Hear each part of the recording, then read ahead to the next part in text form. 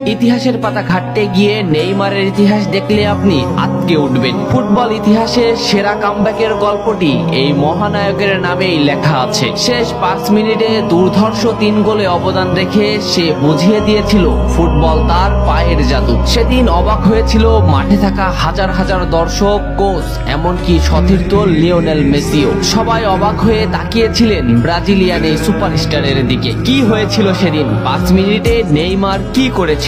কেনই বা এই সময়টাকে বলা হয়ে থাকে ইতিহাসের সেরা কামব্যাক? চলুন বিস্তারিত দেখি। উয়েফা চ্যাম্পিয়ন্স লিগের রাউন্ড 16 কোয়ার্টার ফাইনালের লক্ষ্যে মাঠে নেমেছিল পিএসজি বনাম বার্সেলোনা। নেইমার, মেসি, সুয়ারেজের মতো বাঘা বাঘা তারকা থাকতেও প্রথম লেগে পিএসজি 4-0 ব্যবধানে হারিয়েছিল বার্সাকে। অর্থাৎ দ্বিতীয় লেগে বার্সাকে ম্যাচ জিতে করতে হবে 5টি গোল। সবাই হাল ছেড়ে দিয়েছিল। স্বাভাবিকভাবে এমন ব্যবধানে ম্যাচ জিতা সত্যিই অসম্ভব, কিন্তু সেদিন ব্রাজিলের এক নায়ক বলেছিল এটা সম্ভব, আমরা এটা করে দেখাবো। যেভাবেই হোক না কেন আমরা দলকে ম্যাচ জেতাতে চাই। 2017 সালের 8 মার্চ অনুষ্ঠিত হয় এই ম্যাচের দ্বিতীয় লেগ। ম্যাচের শুরু থেকে ক্ষিপ্রতা আর দক্ষতা দেখাতে শুরু করেন নেইমার। এই ম্যাচে যেন আবির্ভাব হয় কোনো এক নতুন নেইমারের। এই নেইমারকে তো কেউ চেনে না। ম্যাচের 3 মিনিটেই লুইস সুয়ারেজ পেয়ে যায় প্রথম গোলের দেখা। এরপর নেইমারের ক্ষিপ্রতায় একের পর এক আক্রমণ সাজাতে থাকে বার্সা। এদিন যেন নেইমারকে কোনোভাবেই আটকাতে পারছিল না পিএসজি। নেইমারকে আটকাতে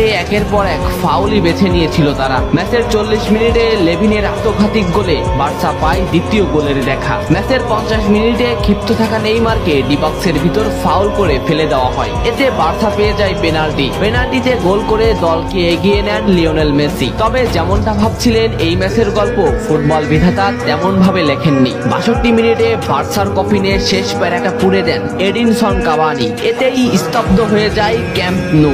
আশা ছেড়ে দেন বার্সা কোচ লুইস এনরিক। শুধু কি তাই, স্তব্ধ হয়ে যান লিওনেল মেসিও। তবে সেদিন একজন দমে যায়নি। নামটা কি কমেন্ট করে জানান। বার্সা গোল হজমের পর লিওনেল মেসি ম্যাচের সম্পূর্ণ দায়িত্ব দেন নেইমারের উপর। আবারও শুরু হলো খেলা। ডি বক্সের বাইরে নেইমারকে ফাউল করে ডি মারিয়া। এই পজিশনে 88 মিনিটে বার্সা একটা ফ্রি কিক পায়। তবে এই ফ্রি কিকের দায়িত্ব নেইমারের কাছে বুঝিয়ে দেন মেসি। শট করেন নেইমার এবং করেন অসাধারণ গোল। এই ফ্রি কিকটা বার্সার ইতিহাসের সেরা ফ্রি কিকের একটি হয়ে রয়েছে। এর 2 মিনিট পর সুয়ারেজকে আঘাত করে পেনাল্টি পায় বার্সা। পেনাল্টি নিতে আসেন নেইমার জুনিয়র। সেদিন বার্সা নেইমারের উপরই আস্থা খুঁজে পেয়েছিল। পেনাল্টিতে অসাধারণ গোল করেন নেইমার। এমন পরিস্থিতিতেও 5 গোল করে ম্যাচ সমতা এনেছে বার্সা। এর কিছু সময়ের পরে চলে আসে সেই মাহিন রক্ষণ। ম্যাচের এই মোমেন্টটা লক্ষ্য করুন। ডি বক্সের কিছুটা সামনে নেইমারের পায়ে বল।